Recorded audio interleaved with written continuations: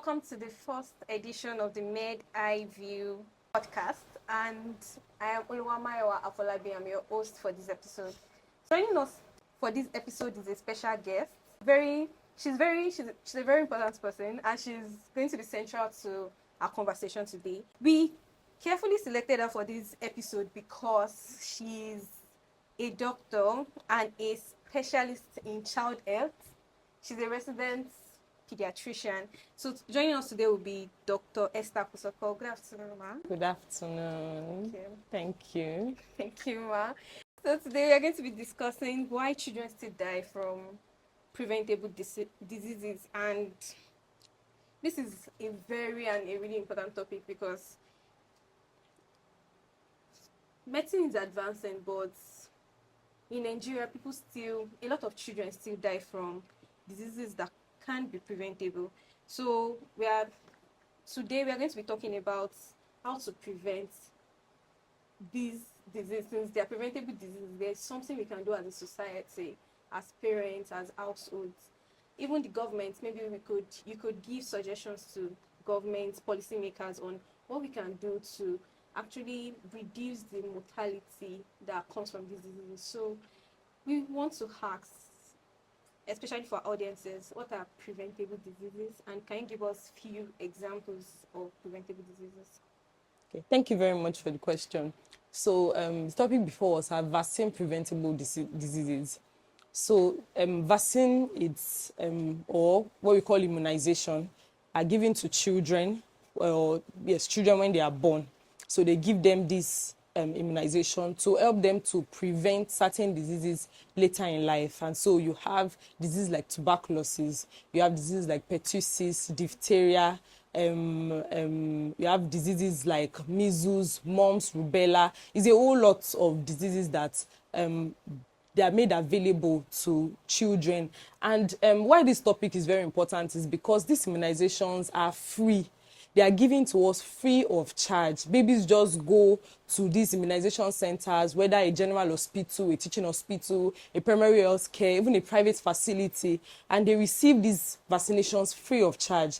But yet, we are still saying that children are still dying from vaccine-preventable diseases. In fact, currently now in Nigeria, Nigeria still has the highest amount of children dying from vaccine-preventable diseases. We have about 22% of children still dying of something that is preventable. So yes, it's a topic to discuss. It's something to make a roundtable discussion about on what we can do to help these children. And I believe that our problem, especially in this country, is the myth, the disposition of people towards vaccine usage. So some people believe that vaccines are given to their children to track their children, to monitor them. Some people of some other faiths believe that it's given to them to reduce their fertility. Some others believe that it's just the government's policy, it's just the government that is trying to play tricks on them. Some believe that if their children is not sick, why should their children just go somewhere and be collecting injections? Why should they be giving them drugs? There's nothing wrong with their children. Some believe that it causes illness. Some believe that the vaccine itself causes illness. So if we don't address this myth, if we don't sit down with the community and talk to them about their worries, we're not going to achieve much when it comes to making them overcome this vaccine preventable illness, reducing the burden of this vaccine preventable illness. So I believe that as healthcare workers, as members of the society, what we can do is to spread the news as regarding this myth and debunk this myth. That's how we can make progress with this. Okay, thank you so much, ma. Thank you so much, ma. So you said when you were answering the question that 22% of Nigeria still has the highest burden of vaccine preventable deaths in children. So I want to ask that because children, the age group is a bit wild. Okay. So like, which particular age group is most affected when it comes to vaccine preventable disease? And can you also like span up to their adult years, maybe like when they are adolescents, or it's just a particular age group that is affected? Okay. The thing about this is that it majorly affects children under 5. But the illnesses that it affects, if it does not cause mortality, it will cause morbidity. Yeah. Morbidity means that some of them may have sequelae of the disease. Okay, what's For okay, when you like a disease like tuberculosis, now they have the BCG vaccine that is given at birth. This BCG vaccine may not necessarily prevent the illness, but it can prevent severe form of the illness, such that if the child does not take it at birth, the child can develop severe form of that illness, which even though is worse in under 5 children, it can affect them in their later life. The sequelae of that event, maybe the child has meningitis, or the child has a problem with the spine, has TB, tuberculous spine. So it affects them even past 5 years old. So it can affect them later in life. It can affect them also in adulthood. Okay, thank you so much, ma'am. You also mentioned during the first questions that part of the reasons people are rejecting vaccines are myths and misinformation. So can you tell us more about the common myths? Because I know that you are around children, you are around parents too. Definitely you deal with parents. What are the common myths you've encountered? Okay, just last week, I still admitted a patient that immunized, our first child got immunized, but our 5 other children did not get immunized because our first child, the second child died. And so the 5 other children she gave birth to after did not get immunized. And this was because the second child that died, she attributed the death to immunization. She believed that the child, and when I asked her, okay, when was the child immunized? She said the child was immunized at 9 months. Okay. The child received an immunization in the thigh at 9 months. And in our routine national MPI schedule, there is no immunization on the thigh at 9 months. The immunization, and so when we are asking, we need to sit down with them and say, okay, which was the immunization? Who gave the immunization? What center? So we need to sit down with them, because that kind of person now, with her 5 other children that were all her family members, she will have spread the news round that is immunization, even though she's well aware that the first child got complete immunization and nothing happened. But just because it happened to the second child and the second child died, all other children and every other member of her family that she cared to tell, she was telling them that, don't receive immunization for your child, or don't receive immunization for your child, or my second born, do you understand, died of it. So we need to sit down with them, find out what exactly do they believe about. But those are the common things. Some of them have had reactions from the immunization, and because of that, they don't want to. Like I said, also religious reasons. Some people also believe that it causes autism. Some people believe that it causes paralysis. Some people, they have different things that people believe. And even on social media, I think about last year, there was a particular man too that came out to speak about his children that died from vaccination. And that's all we heard.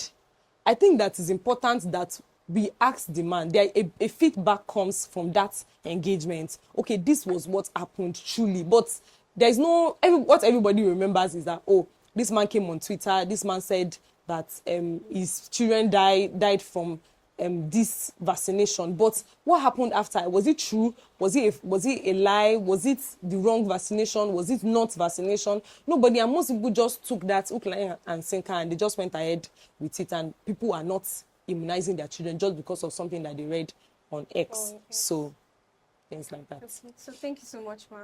So I think that from what you've said, first I can infer that a lot of people think that there's a communication gap, really. There's a communication gap.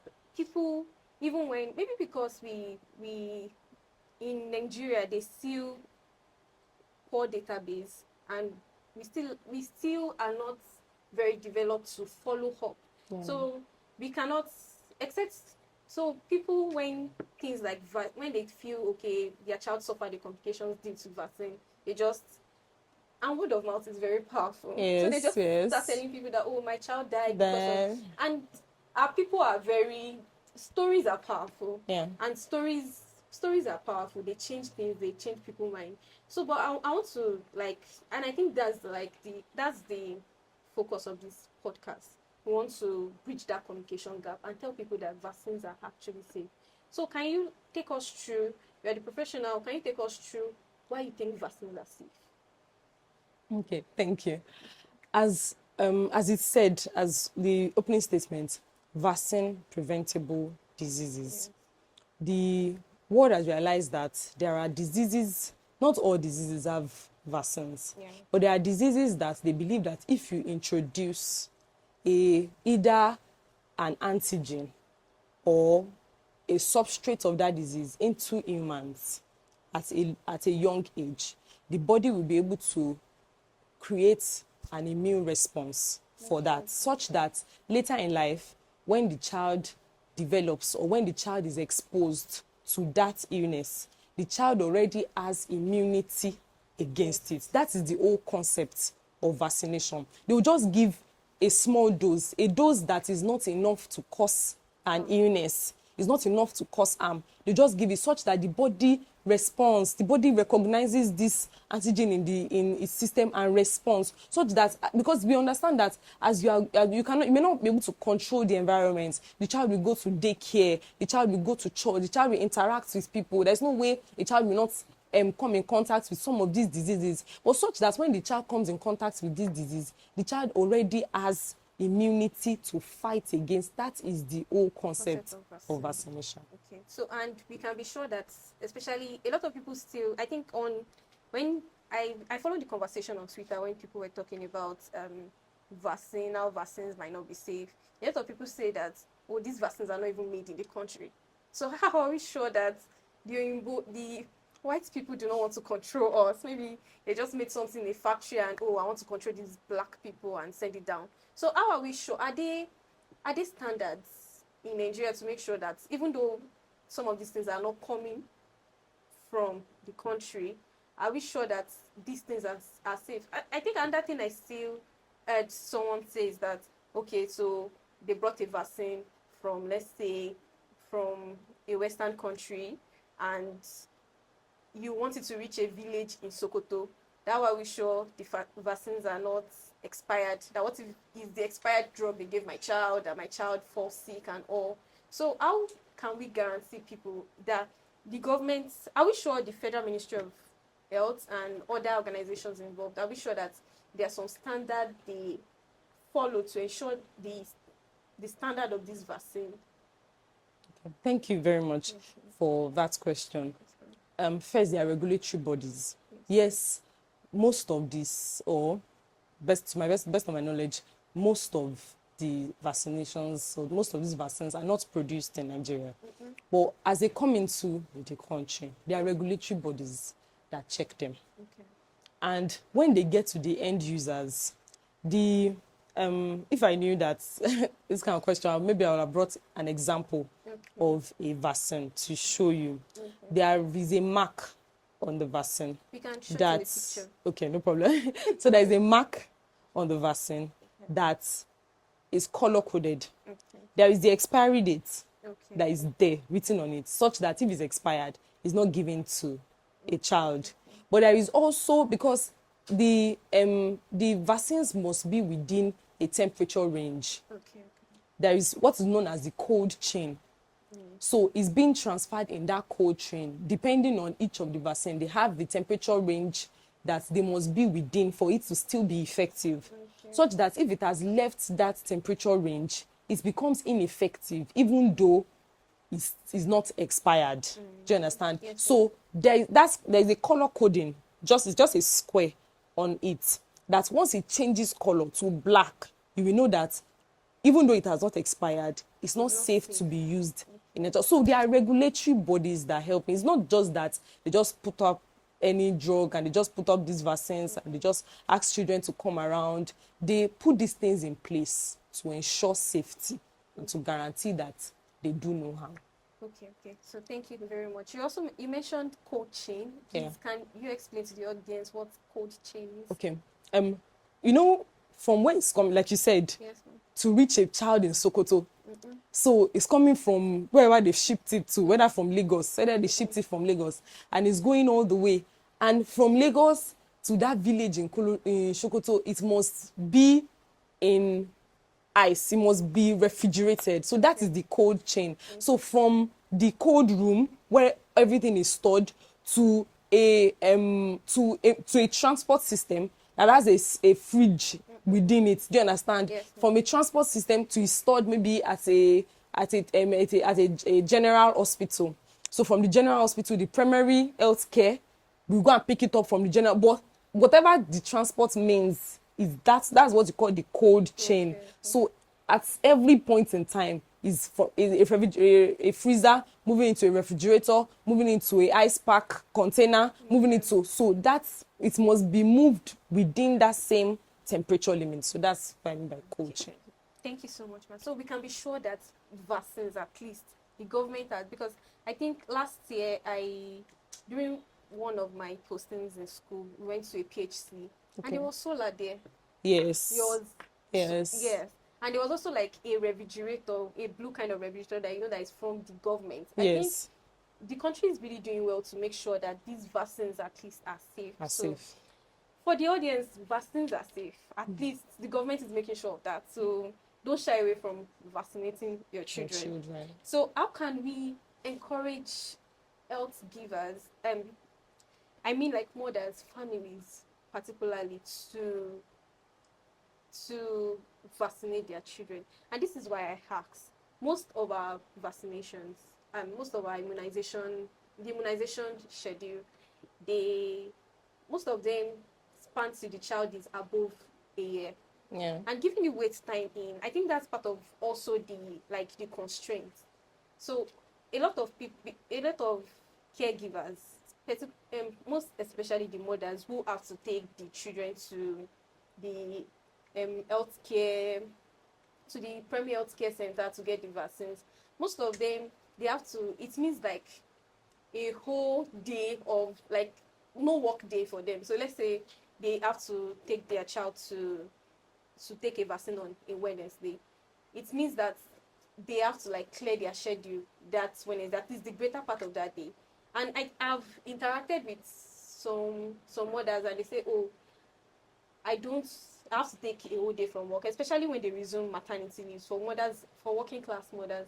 What do we think we can do as the society to encourage people actually to immunize? Thank you for the question. I think first it still boils down to health workers. Starting from pregnancy, from obstetric specialists, when they come for antenatal. From the point of antenatal, I believe that it is our duty as health professionals to have lectures with them as regarding vaccine preventable illnesses. From that point, once they understand, because yes, it's a whole day. If the child comes down with illness from that vaccine, it's going to be more than a day that it's going to take from you. If the child has to be admitted, if the child has to be on admission for days, it will be more than what 1 day of vaccination will take from you. Do you understand? It is cheaper, it is better. You will prefer that setting to a setting of illness. Do you understand? Yeah. So I believe that if from antenatal days, the health care professionals, the nurses, the doctors, already imbibing them the importance of vaccination, the importance of immunizing that child that is within them. They will already have it at the back of their mind that, okay, I'm going to do this. Because they have been taught over and over again, they have been taught. And also, still on the part of healthcare professionals, when they bring in a patient for any illness, they bring in a patient, oh, I'm coughing, I just have catarrh, any illness, let's not just be that. And this is from teaching hospital to private practice. You see any child, ask, especially within, because even there are some immunizations that can still be received, even past the national program for immunization. It's past that time. But if you catch the child, you can still give the immunization. Do you understand? So if you are seeing a child in private practice, if you are seeing a child in an hospital setting, make sure you ask, have you been immunized? It's important. No matter what they come to the hospital for, it's important to ask that basic question. Has this child received immunization? So I believe that on the part of the healthcare professionals, that's 2 things that we can do to help bridge the gap. Then in the case of the the women themselves. It all still boils down to counseling and talking and encouraging them and really putting it out there like we are doing right now, putting it out there, making materials available, because it's whose voice is the loudest that they will hear. Yes. If another person's voice is loud, talking evil about vaccine, that's what they are going to hold on to. So if more voices are out there talking about these things, I believe that we will be able to make progress. Okay, yes. Thank you so much, Ma. So I want to clarify something for the sake of our audiences. We've been using the word vaccination and immunization interchangeably. Are they the same? What does it mean? Okay, so yes, we can use it. We can use it interchangeably in this setting. You understand? So vaccine is giving a child the way it is. Vaccination is giving a child that's vaccination when the child comes either at 6 weeks, 10 weeks, 14 weeks, is giving that child vaccine. But it's very possible for you to have a child that has been vaccinated but has not been immunized. So how do we know? So it's in the case of, the child received the vaccination that is not potent anymore. The child received immunization that is expired. Do you understand? So because the essence of immunization, the essence of vaccination is so that the child will be immunized. So if the child has received the vaccination, but yet the body has not mounted up immune response against that illness, it means that the goal of the vaccination was not fulfilled. So it's possible for a child to be vaccinated, but the child is not immunized. Do you get the dichotomy? Yes. Thank you so much, Ma. So from your earlier conversation, I want to ask a question I believe would be in our audience's mind. So let's take, for instance, I have a baby, and I'm meant to vaccinate my baby maybe like the 3rd of, this is May, maybe like 3rd of April, or maybe something happened, I had to travel, there was nobody to take the baby and all, and now I'm back.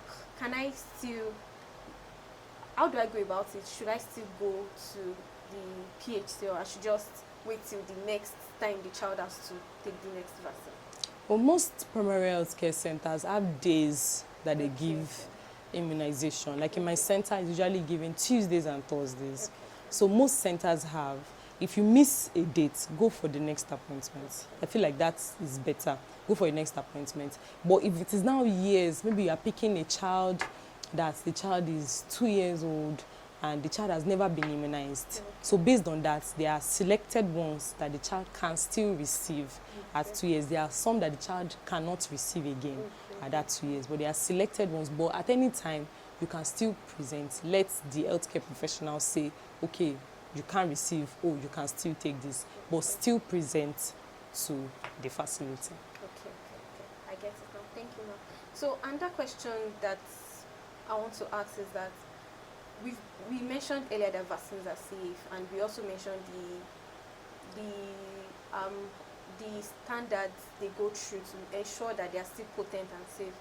So I want to ask that, are there diseases that have been eradicated? Like, do we have success stories from vaccination? I feel that if we know about the success stories from immunization, our audience will be encouraged.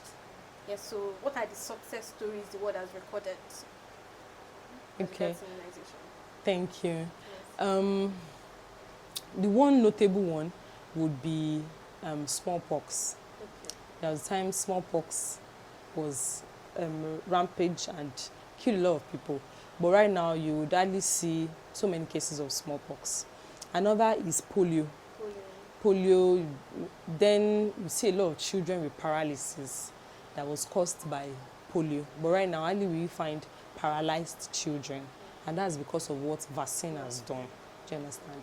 Then you have cases of tuberculosis, but that one will just cause outright death usually in them, and we have seen that the burden of that has also reduced. So yes, there are a lot of success stories surrounding vaccinations. I think that is good. That is good. We are on the right path. The world is on the right path. So then I think another thing I would want to ask, this can be like personal, because I also think that when it comes to vaccination, I think a few weeks ago, like there was a time that I think during my pediatrics posting, I think I saw a child with tetanus. The first question that that was on my mind was, so tetanus exists? I've never seen it.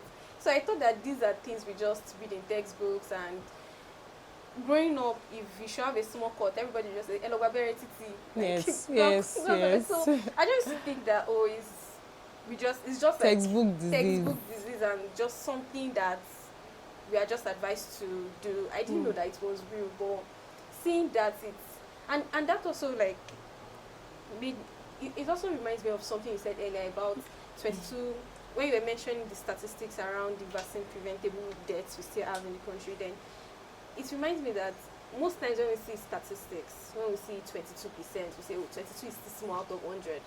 But for that one case, for that family, it's 100%. Yeah. So I think it's still something we should take really, really, really important. So this might be a little bit personal. So like, what has been the saddest vaccine preventable death you've encountered during practice that you just felt, oh, this should not have been? I know you'll have seen a lot. Well, like you said, it has to be tetanus, really. Yeah. It has to be tetanus, because I don't even know how much tetanus toxoid vaccine is. Like, maybe, I don't know. I don't want to exaggerate, but it can be up to 500 or at most 1,000 for D. But the truth of the matter is that I don't think I have, personally, from school days, I don't think I have ever met a tetanus patient that survived. Like, from school days, I remember a neonatal tetanus that I saw when I was doing my pediatric posting, up until now practicing, and joining in the team of management, in the people managing, I have not seen a tetanus patient that has survived it.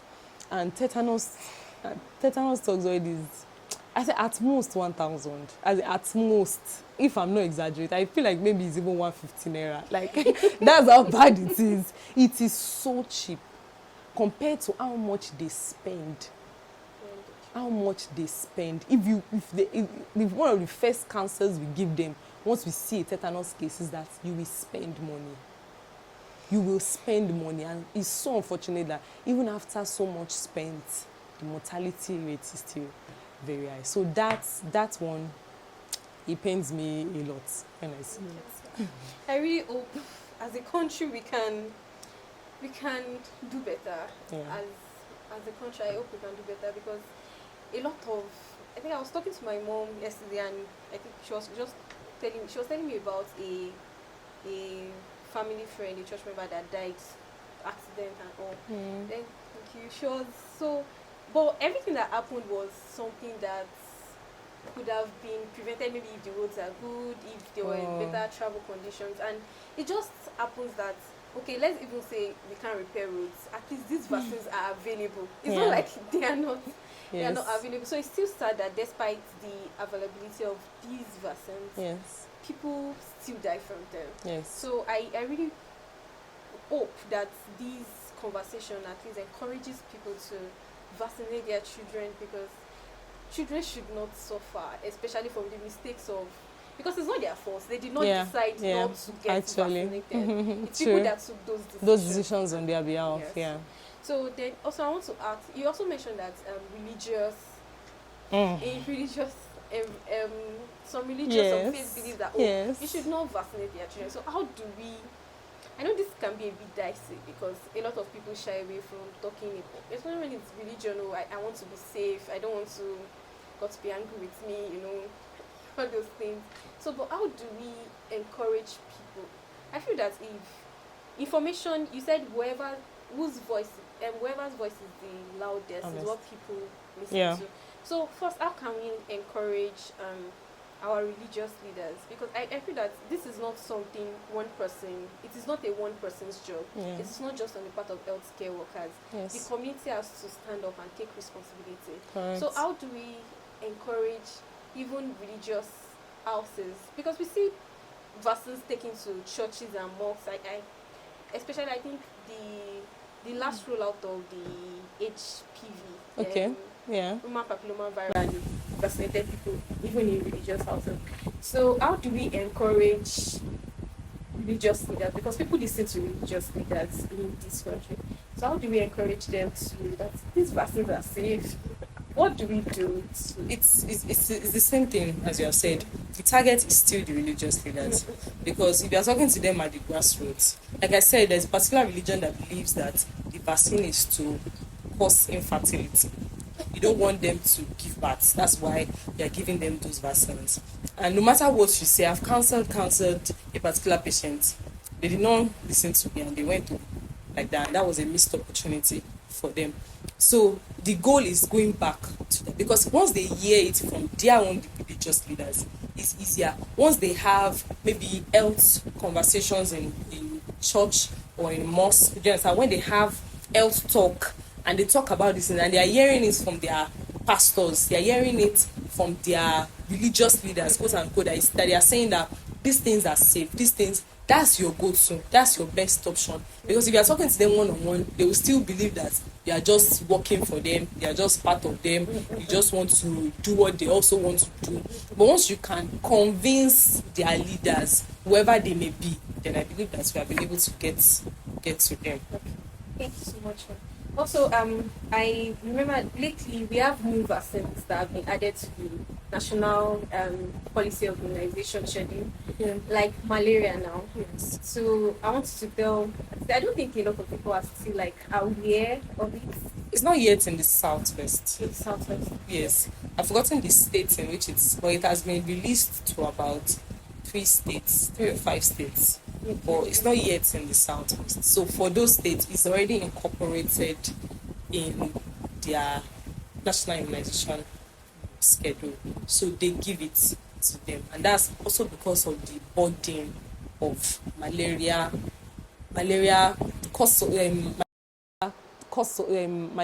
deaths in Nigerian children. So, but it's not yet amongst us here, but it's already in Nigeria, and we're already seeing good reports about it. Okay, so does that mean that we are looking at that maybe like in the next 50 years the body, because I read something on the WHO website that said that 90% of malaria deaths still happens in sub-Saharan Africa. Yes. 95%. So does that mean that we're looking at in the next 50 years maybe like a reduced burden of malaria if it works? Yes, we can say that, but we can say that it's just that with malaria is multifaceted. Okay. The vaccine will play its role, but the environment, health education, preventing the cause itself, the Plasmodium falciparum, preventing that breeding in the community, keeping a clean environment, that also will play its role in preventing malaria. So yes, the vaccine will do a lot, but I believe that in sub-Saharan Africa, why we are still in that mess is majorly because of our environment and the fact that we are still accommodating the infective organism. Okay. I get it now. We still have a lot of role to play despite the fact that the vaccine is available. Yes, but we still have hope. I think that's yes. Yes. Okay. Then I also want to ask that concerning vaccines, really, what do we think I feel that the government is doing a lot. At least they are trying. The government is trying.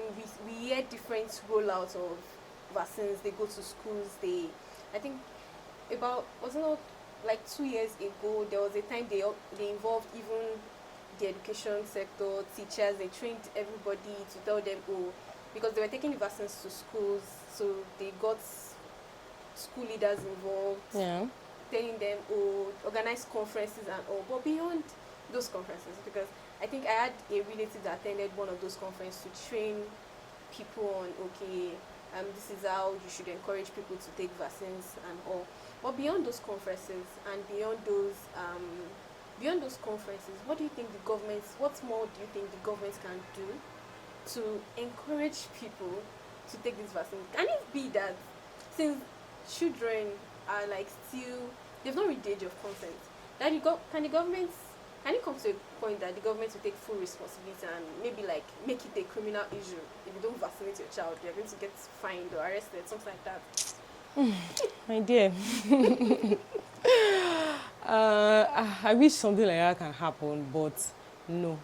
Because even when it comes to health, even when it comes to the health of a child, if a child presents to the hospital and you as a doctor, you feel like this is what will help the child, but the parents feel like they don't want it, they have every right to take their child away. So even when it comes to a sick child, we still don't have that monopoly of power. Not to not talk of quote and unquote an healthy child. Do you understand? So, but and yes, the government has been doing a whole lot, and I'm very happy that the vaccination has still been sustained free of charge for people. I believe that something they can do much more is going more and more into rural communities. They are making the primary healthcare facility more functional, creating a lot more primary healthcare facilities. There are still people that cannot access healthcare in this country. There are still people in the rural areas that cannot access, that the next primary healthcare to them is miles away.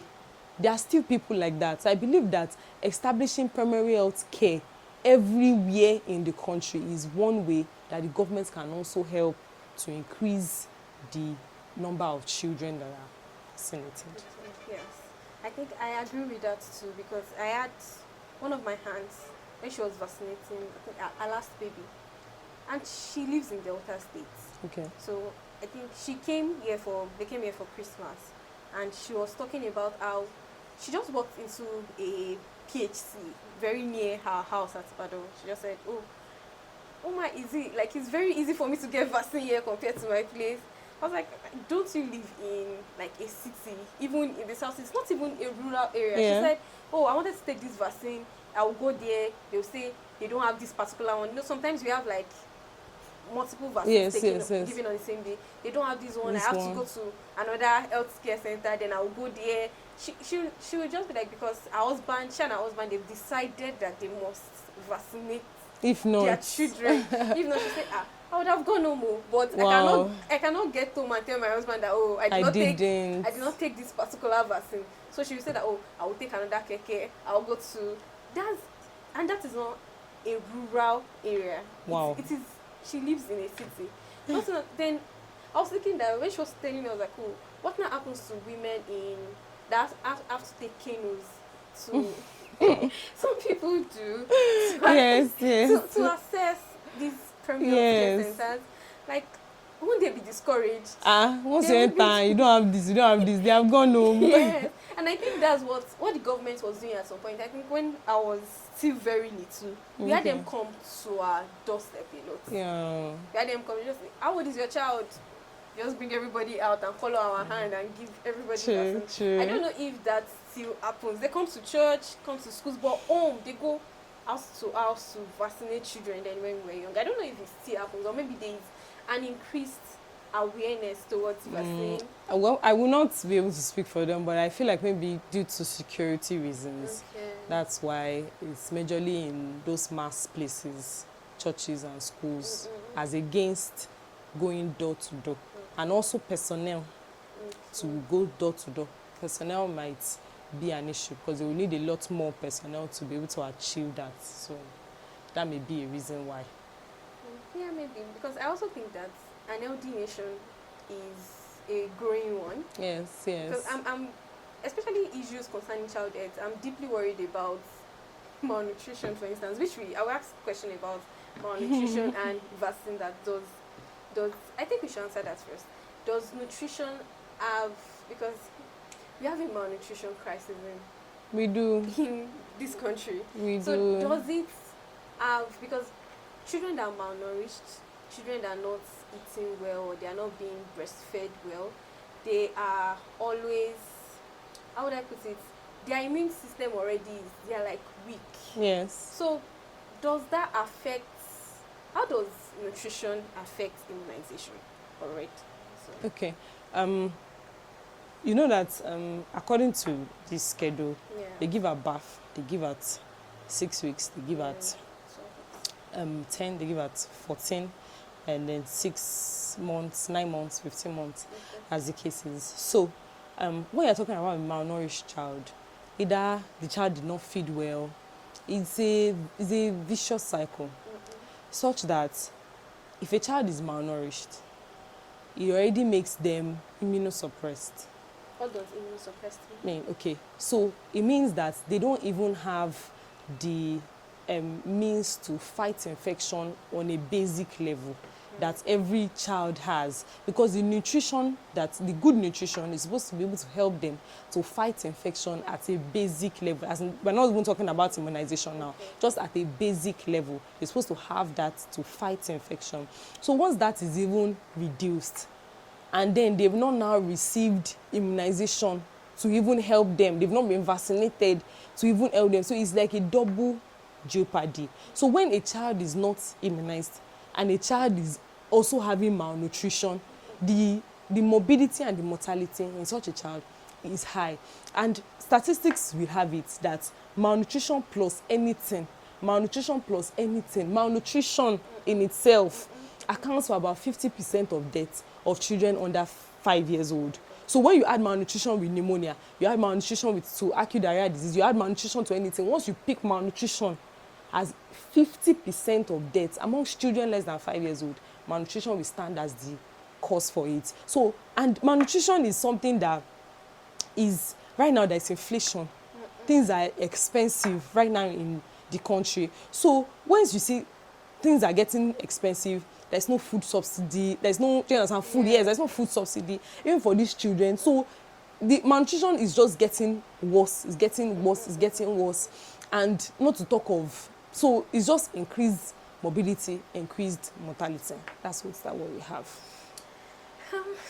This is a lot. But I really hope I don't know the recommendations we can give, because I think I was talking to, I used to talk, when I talk to my brother, I'll say, well, when we were small, fish was 13 naira, fried fish. Beside our school then was 13 naira. There was this money that was just 15 naira, and people buy during break and all. So then I would not think that, children of nowadays, they are not enjoying and all. Then I really don't know what recommendations we can give to at least encourage our government to, in fact, most of the snacks we eat then when we were younger, milk, they had like, at least they get protein one way or the other. Yes. Very cheap, but now it's just everybody eats wara in this Ogumosh. So I don't know. So I don't know what I don't know. I won't speak with the government because okay, like maybe households. But households, yes, there are affordable and rich, but even the word affordable self is relative. It's relative. But yes, there are milk, like you said, that the child is already malnourished, means that they cannot afford milk. How much is thousands for one tin of milk, and a child will finish that in less than a week. A normal, as in all things being equal, will finish that in less than a week. So there is already poverty on ground. So you cannot be bringing things like milk to the equation, that they should buy milk. So we find local foods that are rich for families that are not well to do. So local food, we teach them how to use their local, what is available around them, whether it's crayfish, whether it's palm oil, whether it's pap, do you understand, from okababa, pap from millets, pap from maize mixed together. We teach them, so per patient, we teach them how to make these things such that the child is still having nutrition, is still having good nutrition in a cheap way, not in the expensive way, and the child thrives. And we've seen that in so many cases where they are not on milk, they did not buy any infant formula or any baby milk. They didn't buy any of that. They stuck to the regimen, what we gave them, how we taught them to prepare those things, and we saw improvement in the weight and the nutritional status of the child. Well, for the government, we just need to reduce poverty. improve the economy as much as possible, because that's our only go-to. Invest in farming. Because food is important. Food is important in any sector. Invest in farming, improve the economy. I believe that will help in the grand scheme of things to help inflation. Okay, thank you so much. We really hope things get better. I look forward to Nigeria that things are better. I really look forward to it at least. I have hope. Yeah. Before I used to be Definitely. one that I don't believe in systems that it cannot work. It cannot work. Then I think I was conversing with one of my friends, and she just told me that you have to have more empathy for systems and just hope and maybe love that things could get better. And I think I've been trying that. I've been trying that too. I'm trying to have hope that things would get better. And it starts from here. What we are doing is deeply important to at least correcting misinformation about vaccine preventable disease. I hope that our audiences pick one or two from these and things get to change. So to conclude, do you think there's anything we've not touched or mentioned about vaccine preventable disease? Do you have anything to add? Well, I don't think there is anything. I just want to encourage people, wherever you find yourself, if you hear people speaking about vaccine, don't be passive about it. Don't just hear them. Add your input. What you say matters. If you say something for, like I said, it's the loudest voice that wins. If you say something for in support, people can hold on to it. People can, and it will reduce the burden of the vaccine preventable disease. The way vaccine works is that sometimes if a lot of people are vaccinated, you have what you call herd immunity. That's because plenty people are vaccinated, then the whole environment, the whole community is safe. But the more people are not vaccinated, the more likely it is to spread the infection. And we should be going forward. We should not be going backwards. We should be thinking of more things, more advancement, and not going backwards and be solving problems that, quote and unquote, should have been solved earlier. Okay. So it was nice speaking to you. Thank you. Personally, I've learned a lot, and I believe so for our audience too. Thank you so much, Ma. Thank you, Ma. Today. Thank you, Ma. Thank you so much. We really appreciate it.